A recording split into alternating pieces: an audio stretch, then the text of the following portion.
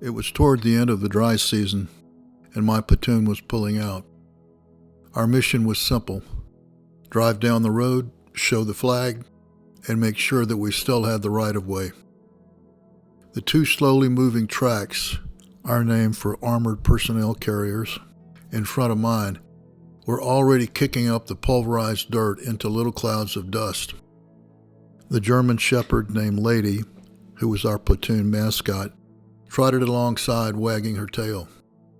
She no longer went with us ever since a mine had blown up the track that she had been riding on. I exchanged my cloth hat for a helmet, put on my wire-rimmed sunglasses, and half-cocked the .50 caliber machine gun as we passed through the base camp gate and picked up speed. Lady stopped a few feet beyond the gate and watched us go. Our 4 tracks soon achieved a monotonous but comfortable 40 miles per hour, which created a welcome breeze. For mile after mile lay a gridwork of rice paddy dikes, dividing the land into tidy rectangles of various sizes. The pale yellow stubble of last season's crop failed to hide the earth in the fields. Separated by cracks an inch wide, the clay soil of the paddies had dried into flagstone-sized blocks. Although the land was flat, the fields did not extend far into the distance, but rather ended abruptly at the ubiquitous wood line. These woods were composed of thick, lush, green nipa palm and stood from 20 to 30 feet tall. From no place in the Mekong River Delta could one escape from being completely surrounded by it. Sometimes it might be a couple of miles away, and at other times only a few hundred feet. It grew where the delta distributaries were, and they, like a root system, were everywhere.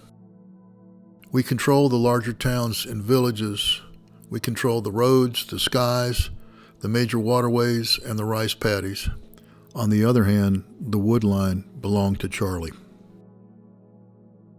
With diesel engines roaring and trailing a huge mile-long cloud of dust, the column began to approach one of the spots where the dreaded jungle wall squeezed in on the road from both sides.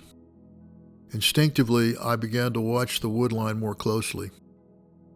All of a sudden, a very large anti-tank mine was command detonated 8 feet directly beneath my lily-white ass. I immediately knew what was happening because my track had been blown up before just 3 weeks prior to this. I thought to myself, oh shit, here we go again. I was catapulted upwards with everyone and everything else.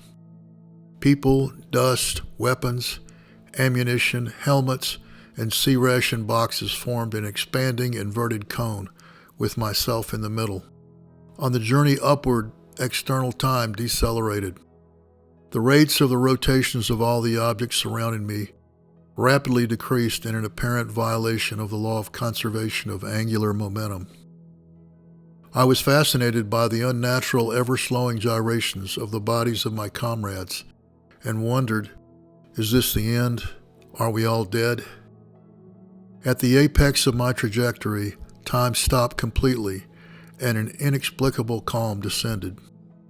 The state of consciousness that then prevailed was as to the normal waking state as the normal waking state is to a dream.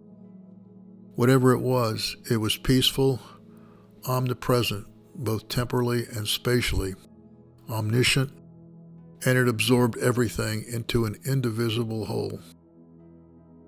The entire universe, past, present, and future, collapsed down to a single center upon which everything depends for its existence. It is that which does not change. It is the light of pure consciousness which illuminates all things. It is the ultimate meaning of the enigmatic biblical passage, the light of the body is the eye. If therefore thine eye be single, thy whole body shall be full of light. Matthew 6:22. It is the great nothing, for it includes all things, and therefore is itself not a thing. That's how it can then be the all in all.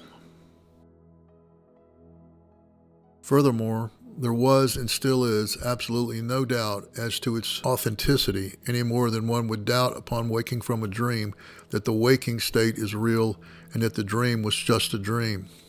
In short, God Himself took over my reins in the sense that I no longer existed as a distinct entity. Only He existed. There was an overwhelming feeling of bliss, love, compassion, and strangely enough, a foudroyant sense of déjà vu. The knowledge then obtained that the true home and the true self of all things had been miraculously revealed. The events of my life up to that point were unhurriedly and non-judgmentally reviewed in great detail, not in chronological order, but somehow all at once, although some events were emphasized more intensely than others. Subsequently, I was allowed to exist again. There was no choice in the matter, it simply happened, and was given the opportunity to be aware of anything that I wanted, with the understanding that time was not a factor. Indeed, there was all the time in the world.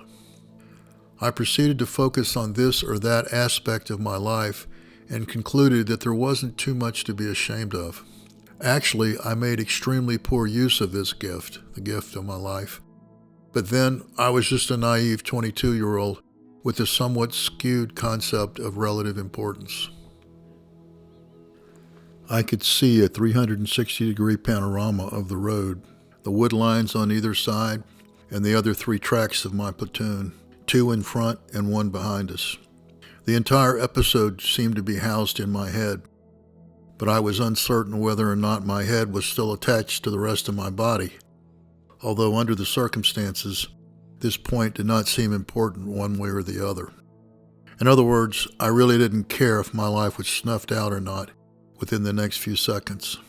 I was then gently but unequivocally informed that I would survive the explosion without serious injury, and even that I would make it out of Vietnam in one piece.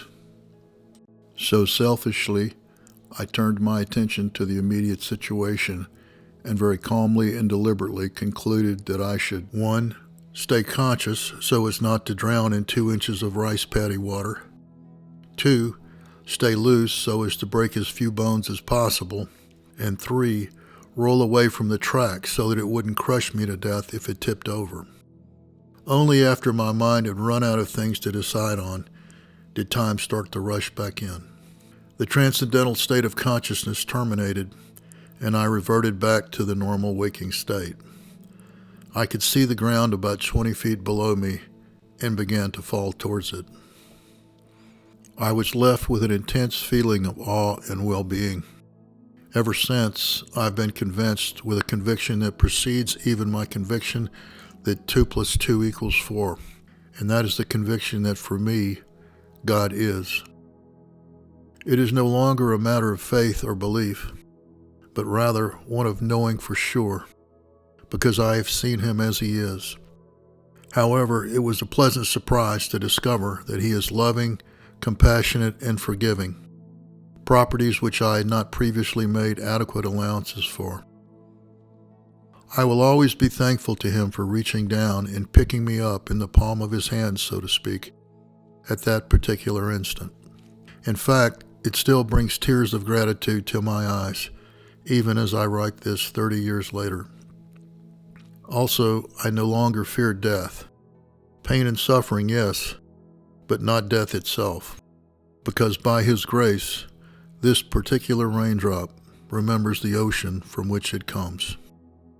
Unfortunately, the experience of this state is up to God and not down to us, but take my word for it, it is always here and now and a lot closer than you think. I have never experienced anything before or since which came anywhere near close to being as real and as profound as the state of consciousness which I have feebly attempted to describe. However, my remembrance of it has sufficed to console and comfort me through the vicissitudes of life, especially through the hard times. Sorry, I have not noticed any paranormal or psychic or supernatural abilities with respect to myself, just an unshakable conviction in the reality of something spiritual. If you ever run across a surefire method for reawakening this state within me, without blowing me up or telling me to meditate on Om for 30 years, please let me know. May God go with you. He will anyway, but it's a nice thought.